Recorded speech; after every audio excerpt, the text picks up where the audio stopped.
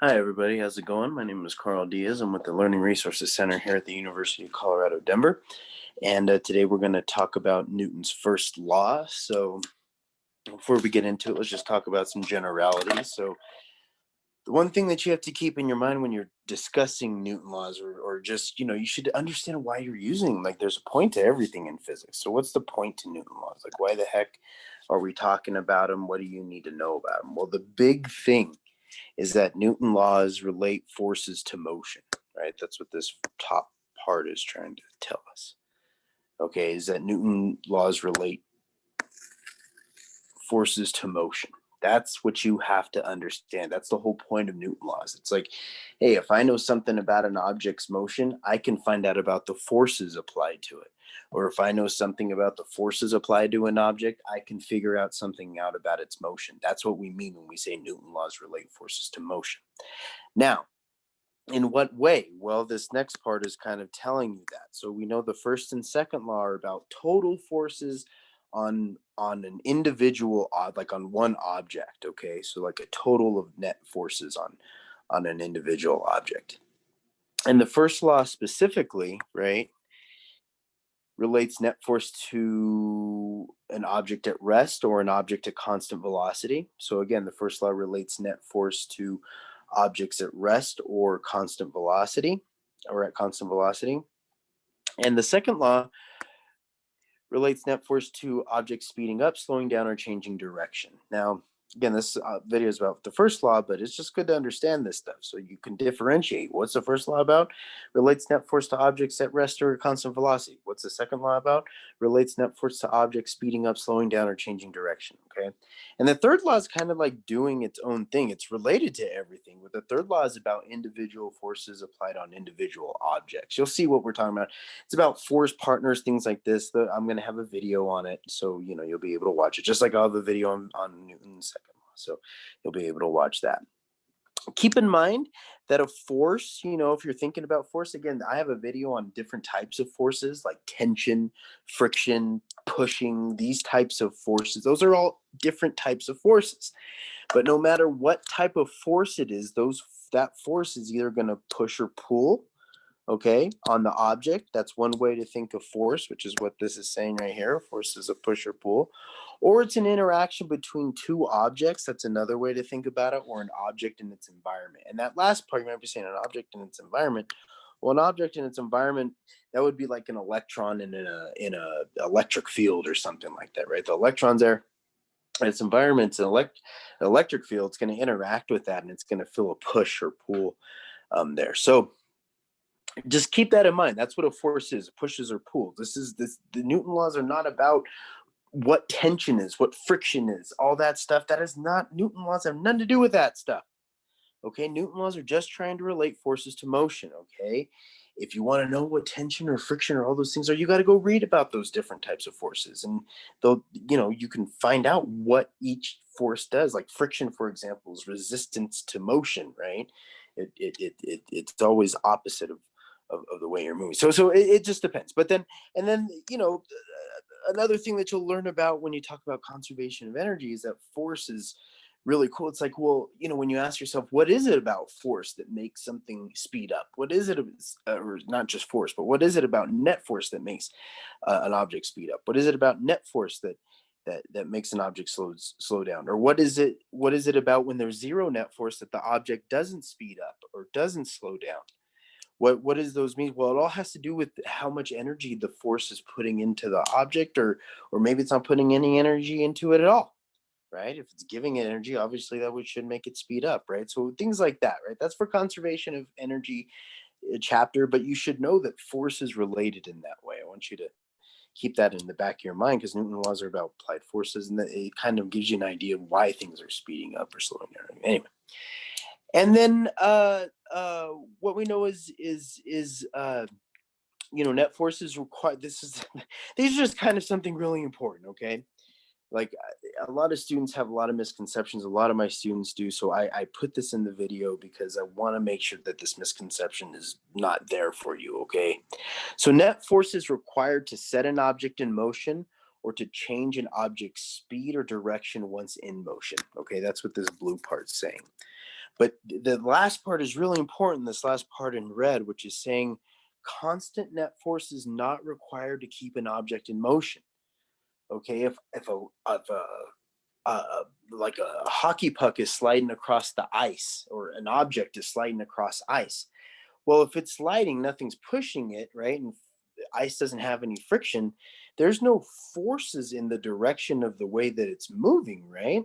But it's going to keep moving forever, right? So it doesn't take, force is not required for an object to move. And more importantly, net force isn't required, right? Net force is only required when you want to make an object speed up, slow down, or change direction. Okay, that's what needs to be in your head. That's what you need to understand. So those are just like the fundamentals of uh, you know uh, uh, Newton laws in general. But this video is about Newton's second law. So let's talk about Newton's second law. That's what we're trying to do here, right? I mean, sorry, not second law, Newton's first law. Apologize about that. So this video is about Newton's first law.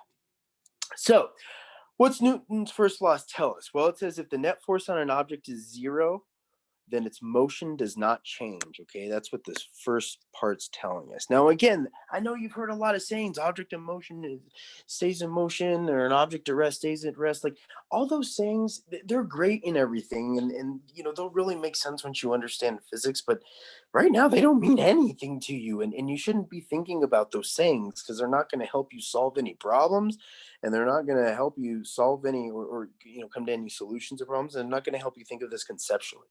So when you look in a book, this is what it says. It doesn't give you one of those sayings.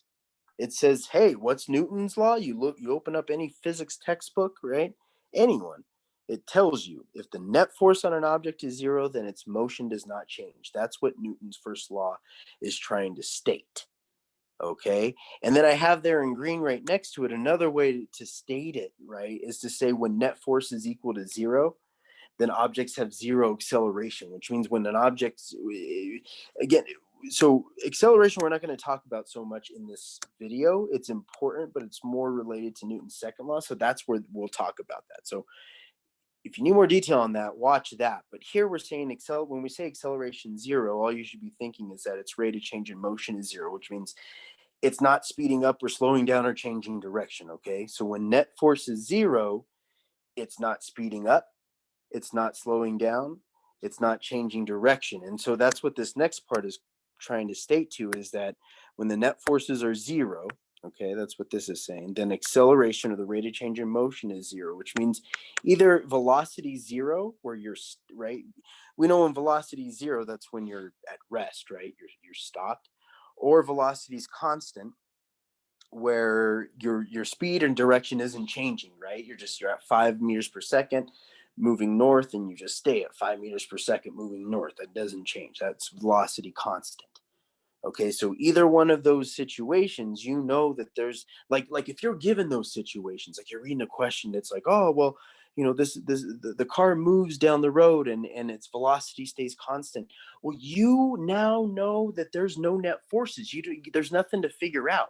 When they tell you that velocity is constant, that's a key word that you now know because of the science concept, because of Newton's first law, that there's no net force there. It's not something to go figure out. It's like, man, this car's moving at constant velocity. Well, is the net force constant or not? Or I mean, is the net force zero or not?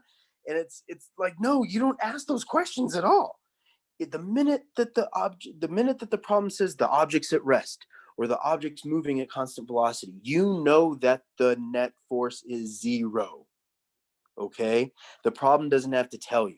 Or maybe the problem will tell you the net force is zero. Then right away you should already have an idea in your head of like, okay, this object's either going to be at rest or moving at a constant velocity. It can't be doing anything else. It can't be speeding up, slowing down, or changing direction. That's outside of Newton's first law. Okay, and you can also just look at objects. If an object's at rest, as you're walking around the universe or Earth, and you're looking at objects around you, if you see objects at rest, then you know for a fact, physics fact, a Newton law fact, that there is no net force on that object. You don't have to calculate it. You don't have to say, if you want to calculate them, that's different, but you don't have to. You know when objects are at rest, there's no net force on them. You know when an object's moving at constant velocity, there's no net force on them. And that's what needs to be in your head. Okay?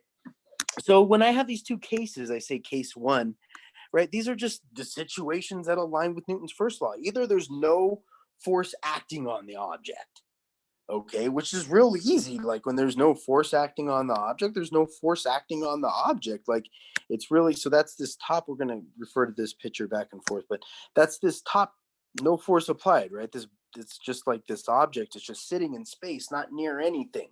So there's just zero forces applied to it. So that's the obvious situation, right? When no force is applied to an object, then the net force on that object is going to be zero. Okay, so very straightforward, very easy. That idea isn't complicated, right? But case two, those two that can kind of get a little crazy, where the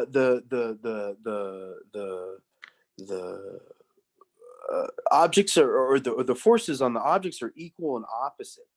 Okay, and so when that's the case, that's what we call an equilibrium situation. I have it written right here. You're going to hear that a lot.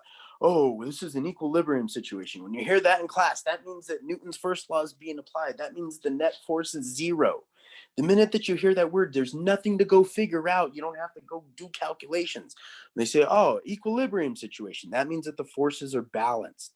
Okay, that means that when we say that they're balanced, that means that they're equal and opposite. Okay, in equal and opposite direction. Okay, and in either one of those cases, so I have A and B here, right? And here again, I have balance of force. Very important to think this way: balance of force, equilibrium. Okay, the forces are equal and opposite, and they're balanced. They're in equilibrium. Okay, and where's the two situations that we see that where there's forces that have to be balanced in order for the object to be in equilibrium, or I'm sorry, the forces have to be balanced or equal and opposite, is when an object's at rest, which we've been talking about, or when an object's in motion at constant velocity. Very important, right? At constant velocity. Okay, so when an object's at rest or at constant velocity, which means its speed or direction isn't changing, you know the forces are balanced. That's what we call an equilibrium situation. And in those cases, you don't even have to go calculate anything. You already know that if an object's sitting like on a table at rest, right? Or at rest on the ground, or at rest on the side of a mountain or wherever, that you know that the forces must be balanced on that object. There's nothing to go calculate. Or if the object's in motion but the speed isn't changing, then you know the forces are balanced. There's nothing to go calculate. You already know because of Newton's second law. It's a science concept. You already know. Someone could come up and ask you, point at an object just sitting on the table not moving, and say, is the net forces on that equal? And you should say yes right away. There's nothing to calculate because you're a physics student. You know this science concept. Okay, now this very bottom part, right? Before we move past that, I did want to show you the pictures for these. So at rest, right? When we're at rest, that's what this picture looks like. So when we're at rest, but the forces are balanced, that's like when a box is sitting on the ground, right? That's the most simple situation. That's what I have here, right? And so when the uh, box is just sitting on the ground, it's not moving to the left or right, right? We see that the velocity is zero, acceleration, which is the rate of change in motion, those are both zero, right? And so this is a free body diagram where the box is pressing its weight against the ground, and so the ground is pressing back on it. That's the normal force, is a contact force, and it always is perpendicular to the surface from which another force is applied to it. So here the force is weight, and it's pressing against the ground, so normal force is the ground is pressing back on the box with the normal force, right? That's not what this video is about. If you need to see a free body diagram video or something like that, go watch that video. I'm just explaining things to you. And so what we know, like I said, before we even started, because we knew velocity was zero, it wasn't moving, we knew the net force was zero. So this is Newton's first law. We know we can start and write it down. It's not a guessing game. If the velocity is zero, if it's just sitting there, then we know the net force is zero, and we know we can start by just writing the statement. And then what we do is this side of the equation, we essentially fill in from the free body diagram. Okay, and that's what we're doing here. here, the normal force is up, and I should have written it there. Oh, I did. There it is. This was missing. There's positive y, negative y. So the normal force is positive, so I made it positive in this equation. Mg is negative, so I made it negative. Again, these are force vectors, so the only reason why they have signs is because of the direction they're pointing, right? And that's what helps us set up these equations. Again, I have a totally different video that shows you how to do this. I'm just walking you through this a little bit so you understand, all right? And so in this case, this is where an object's at rest, but the forces are balanced, right? That's why it's at rest, all right? Or constant velocity, right?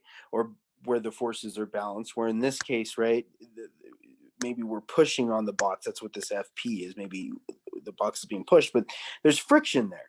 So the friction and the push, those forces are equal and opposite. So the box is moving to the right, right? It's moving to the right. I don't have it on there, but it's not speeding up. Acceleration is still zero. So even though velocity isn't zero anymore, acceleration still, that's a rate of change of motion. It's not speeding up or slowing down or changing direction. Why? Because the push and the friction are balanced. Okay. And then the normal force and mg are still balanced. And how do we know that? Because the box is balanced on the ground. If it was flying off or breaking through the ground, then one of those forces would be larger, right? So then again, we can start with Newton's first law for both the x and the y direction, right? We know the signs for both the x and y direction. So we appropriately use those to build our equations, which again, watch the video to know how to do this. I'm just, again, showing you how this comes together, right? We're talking about Newton laws. When we know that there's balanced forces, we should be able to write these free body diagrams and write, more importantly, the proper Newton law that will help us build the equation. Okay. And so finally, just to end this uh, uh, uh, uh, video up, I just want to make sure that you understand this. Now, I made a different video for inertia. You need to go watch that video, okay? But this one, I just want to make sure I put this back in your head. But go watch the video for inertia if you need to understand this, because I'm going to spend half a second on it, okay? But why does an object want to remain at rest or at constant velocity? Because the object's inertia. That's why. Okay, and that's why the first law is, that's one of the, that starts to begin to describe why the first law, you might hear the first law is called the law of inertia. The real reason why the first law is called the law of inertia is because it's related to inertial frames of reference. I have a video for that. Please go watch that if you don't know what an inertial frame of reference is. But that's more related to why Newton's first law has the name of inertia, the law of inertia. But it's also related, the inertial frames of reference are related to inertia and things like this. So, and then inertia is, so again, to answer the question, why does an object want to remain at rest or at constant velocity? Because the object's inertia. That's why it either wants to remain at rest or constant velocity. Well, what the heck is inertia? Well, just remember inertia, and that's what's in the next thing. Inertia is an object's resistance to a change in motion. Okay, so that's the value of it. The value of inertia is it has a value to it, which is traditionally the mass, and that's how much it's going to resist wanting to change its motion, speed up, slow down, or change direction, or if it's stopped, wanting to begin to move. Okay. Everyday inertia can be quantified by the object's mass. Again, that's just what I told you. So if you're trying to say, well, give me a good, how can I really think of inertia? Well, go watch the video to really understand that. But essentially, it's the object's mass. That's the best way to think of translational inertia, is the object's mass is essentially determines the object's resistance to a change in motion. That's what it is. So the mass, that's what this is right here. The mass is what essentially is what the inertia is. It's equal to the inertia. We'll go watch the video, okay? And that bottom part is, so when a net force is applied to an object at a minimum, okay, that net force should be larger than the object's inertia. So if it's not larger than the object's, then that force that you're applying to an object, not the net force, but just the force, the tension, the push, whatever, is not larger than the object's inertia. If that object's at rest, it's not going to make it move. Or if the object's moving, it's not going to make it speed up or change direction or slow down, okay? So that's it. That's Newton's first law. I hope you enjoyed this. Now, make sure to go watch the videos on Newton's second law and third law, okay? And it's very, very, very important. And And again, and if I didn't say this down here, I feel like I did, and I feel like I skipped it. But let me just say it real quick, is that just keep in mind, it's just a caveat down here. It's just remember that constant net force does not make an object move with constant velocity. Okay, that's essentially what we've been talking about this whole time. We've been saying constant velocity, but what have we been saying? No net force. Okay, so if you have a net force, the object's not going to move at a constant velocity. You can't put those ideas together. And this last part in the red, it says only objects with zero net force move with constant velocity. That's very important. Only objects with zero net force move with constant velocity. Okay, so that's it. I hope you enjoyed it. I'm super proud of you. Keep rocking it. Don't forget to reach out to anyone that you can if you do need help, and I will see you on the next video.